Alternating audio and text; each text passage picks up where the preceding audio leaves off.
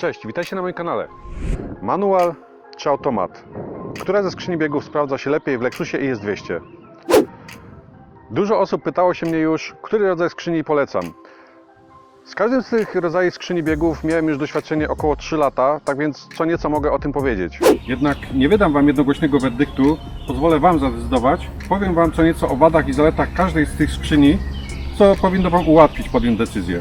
Tak więc bez zbędnego przyciągania przechodzę w tym momencie do tematu. Wy zostawcie suba, jeśli nadal tego nie zrobiliście i zaczynamy. I tak na początek może przejdę do rzeczy najbardziej oczywistych, czyli liczba przełożeń. W skrzyni automatycznej przełożeń mamy tylko 4, w skrzyni manualnej mamy natomiast przełożeń 6. I tutaj ktoś by mógł powiedzieć 4 biegi, no to raczej średnio się to nadaje na trasę i tak dalej. Uwierzcie, że to była właśnie jedna z przyczyn, dlaczego wcześniej nie zdecydowałem się na skrzynię automatyczną w tym samochodzie, ponieważ też się bałem, że jeśli skrzynia ma 4 biegi tylko, to na trasy totalnie się nie nada. Ale tutaj z kolei Lexus, Toyota wymyślili też inny haczyk. Ponieważ w przypadku skrzyni automatycznej mamy tempomat, w przypadku skrzyni manualnej tego tempomatu nie mamy. Jednak w tym aucie fotele są na tyle niewygodne, że tempomat jest bardzo przydatny w trasie i w przypadku, kiedy mamy ten tempomat w tym samochodzie, trasę jesteśmy w stanie zrobić na raz. W przypadku jednak, jeśli mamy skrzynię manualną i tego tempomatu nie ma, no to może się okazać, że po 150 km będzie nas wszystko boleć i będziemy musieli zrobić przerwę. A mówię o tym, ponieważ sam się o tym przekonałem, sam tak miałem, jeździłem w trasy po 600-700 km i średnio 150-200 km to był maks, jaki mogłem zrobić na skrzyni manualnej bez tempomatu.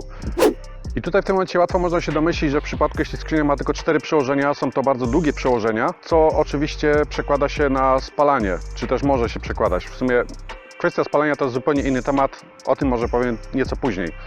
Jeśli chodzi o skrzynię automatyczną, jest to typowy stary typ automatów, czyli skrzynia hydrauliczna. Nie ma tutaj podwójnych sprzęgieł i żadnych innych udziwnień, które przyspieszają tę skrzynię, przez co tutaj jako minus mogę powiedzieć, że ta skrzynia jest bardzo mulasta. I nawet tryb Power, który oferuje ta skrzynia biegów, który teoretycznie można powiedzieć jest trybem Sport, za wiele nie zmienia. Nagrywałem już o tym filmik, także jeśli jesteście zainteresowani, co on może dawać, to kliknijcie sobie na tą zakładkę i przekonacie się, jak to faktycznie wygląda w praktyce. Zaś jeśli chodzi o manuala, no to skrzynia biegów jest 6-biegowa i co za tym idzie, bardzo krótka. Do tego stopnia krótka, że uwierzcie, ja wcześniej jeździłem Hondami, tak więc w Hondach są przełożenia bardzo długie i w momencie, gdy przesiadłem się na Lexusa i była skrzynia manualna, to pierwsza jazda próbna przed zakupem jeszcze, myślałem, że z tym autem jest coś nie tak. Musiałem się przyzwyczaić do tych przełożeń, ponieważ pierwsze 2 dni naprawdę była masakra. Musiałem w ogóle nauczyć się, w którym momencie zmieniać te biegi. Poza tym, że automat jest bardzo zamulony i ma tylko 4 przełożenia, na autostradzie sprawuje się bardzo dobrze i wcale nie odczuwa się tego, że są tylko 4 biegi. I naprawdę przyspieszenie od prędkości 120 do 160 na autostradzie jest w zupełności wystarczające do płynnej jazdy. Natomiast jeśli przejdziemy teraz do skrzyni manualnej, no to tu muszę powiedzieć, że niestety manual ma trochę więcej wad, ponieważ o ile możemy zarzucić skrzyni automatycznej mułowatość i tylko 4 biegi, to jeśli chodzi o manual, no to dochodzą tutaj dodatkowe wydatki, ponieważ skrzynie manualne występowały tylko i wyłącznie z kołem dwumasowym, co już generuje koszty, ponieważ auto już ma swoje lata. Tak więc musimy się liczyć z tym, że jeśli auto nie było traktowane dość spokojnie, może ta dwumasa już być do wymiany. Koszt takiej dwumasy to jest około 2,5–3 tysiące, być może już teraz nawet więcej. Dawno nie śledziłem cen tego, także nie jestem w stanie Wam konkretnie powiedzieć, ile kosztuje taka dwumasa na chwilę obecną. Jednak musicie się liczyć z tym, że jeśli ktoś kopał ze sprzęgła, to te koła dwumasowe tego nie lubią i ta dwumasa może już być bardzo dojechana. Jak przede wszystkim objawia się zużyta dwumasa? Przede wszystkim jest to szarpanie przy zmianie biegów. No i tak samo jak gasimy auto, jest takie drgnięcie całego auta, co świadczy o tym, że właśnie dwumasa już jest zużyta. Ja u siebie wymieniałem już nawet tą dwumasę w skrzyni manualnej, z racji tego, że po prostu nie planowałem jakichś dłuższych przygód z tym autem. Założyłem używaną jednak w dobrym stanie. No i tu akurat okazało się to dobrym strzałem, ponieważ to auto faktycznie zaczęło płynnie jeździć i nie było odczuwalne mocno, że ten dwumaz jest używany. Tak więc kwestia tego, jaki trafimy oczywiście. Jednak no wiadomo, jeśli ktoś chce pojeździć dłużej, no to zaleca się raczej kupić nową, a nie używaną.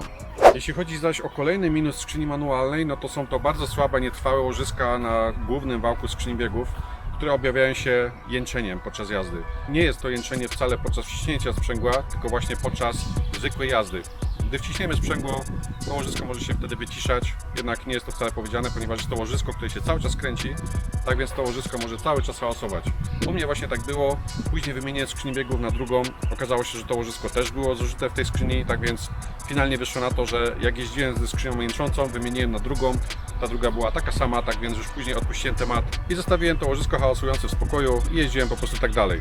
Jednak jeśli ktoś by uznał, że to łożysko hałasujące mu będzie przeszkadzać, no to musi liczyć się z tym, że będzie musiał oddać tą skrzynię całkowicie do remontu i wymienić wszystkie łożyska, ponieważ wiadomo, jeśli już zabierzemy się za jedno łożysko, to musimy zrobić też resztę, żeby ta skrzynia biegów przeżyła trochę dłużej, a nie wymienimy tylko jedno, a później się okaże, że padnie któreś z pozostałych. Sam wiem z własnego doświadczenia, że na takim łożysku można zrobić duże kilometry. Ja osobiście zrobiłem około 30 000 kilometrów i nic się nie działo. Tak więc jest to tak naprawdę efekt akustyczny. Oczywiście może być też tak, że łożysko się zatrze w pewnym momencie, skrzynia stanie, rozsypie się wszystko w środku i nie pojedziemy dalej. Jednak wydaje mi się, że w przypadku, jeśli dbamy o olej, takie coś nie powinno się wydarzyć.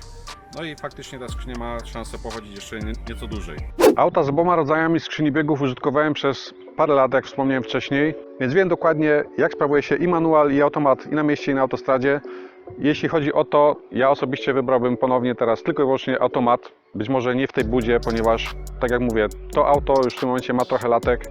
No i ta skrzynia biegów nie grzeszy dynamiką, co za tym idzie, auto raczej nie pozwala na za wiele zabawy. Z racji tego, że jest to tylny napęd, no to w przypadku manualnych skrzyń biegów możemy sobie pozwolić na nieco więcej, w przypadku właśnie kopnięcia ze sprzęgła. Wracając jeszcze do tematu dwumasy, jeśli chodzi o skrzynię manualną. W przypadku, jeśli chcielibyśmy sobie co nieco polatać bokiem, w tym momencie wyszły już rozwiązania tego problemu i występują już koła jednomasowe, które są w podobnej cenie w sumie co dwumas, co rozwiązuje w tym momencie temat kopania ze sprzęgła i trwałości tego koła dwumasowego. Natomiast teraz warto by było przejść do pewnej kwestii, która interesuje zapewne wszystkich, czyli różnica spalania. Powiem Wam tutaj, że spalanie tak naprawdę nie zależy od skrzyni biegów, tylko tak naprawdę od naszej nogi, jak ciężko deptamy po pedale gazu. W przypadku skrzyni manualnej, no wiadomo, auto spali 12 do 15 litrów, jeśli będziemy mocniej deptać. Tak samo skrzynia automatyczna może też tyle samo spalić, mimo że daje trochę mniej dynamiki. Tym bardziej, jeśli użytkujemy to auto głównie po trasie, bądź też w mieście, a nie opalamy na torze.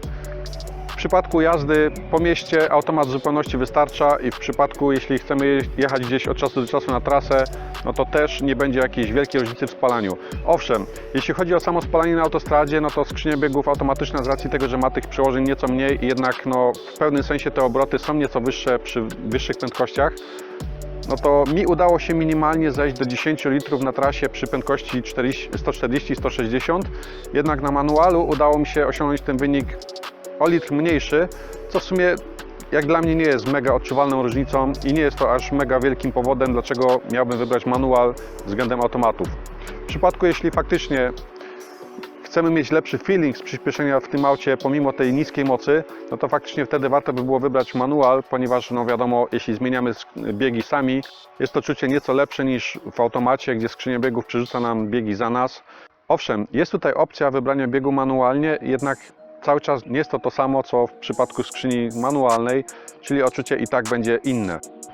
Jeśli zaś chodzi o stereotyp automatu do stania w korkach, a manualu do jazdy po trasie, no to tutaj muszę powiedzieć z mojego doświadczenia, że jak dla mnie tu nie ma różnicy, ponieważ w manualu musimy się nazmieniać biegów, ponieważ są krótkie przełożenia. W automacie musimy cały czas trzymać nogę na pedale hamulca, żeby auto nie odjechało, ponieważ zmieniać biegi non-stop na parking i później przerzucać znowu na D, żeby móc zjechać dalej, to jest też bez sensu i jest to nawet niezdrowe dla skrzyni biegów, tak więc wychodzi w sumie na to samo, bo w przypadku skrzyni manualnej musimy trzymać cały czas lewą nogę na sprzęgle, tutaj musimy cały czas prawą nogę trzymać na pedale hamulca, tak więc tak czy tak któraś z tych nóg musi cały czas tych pedałów dotykać.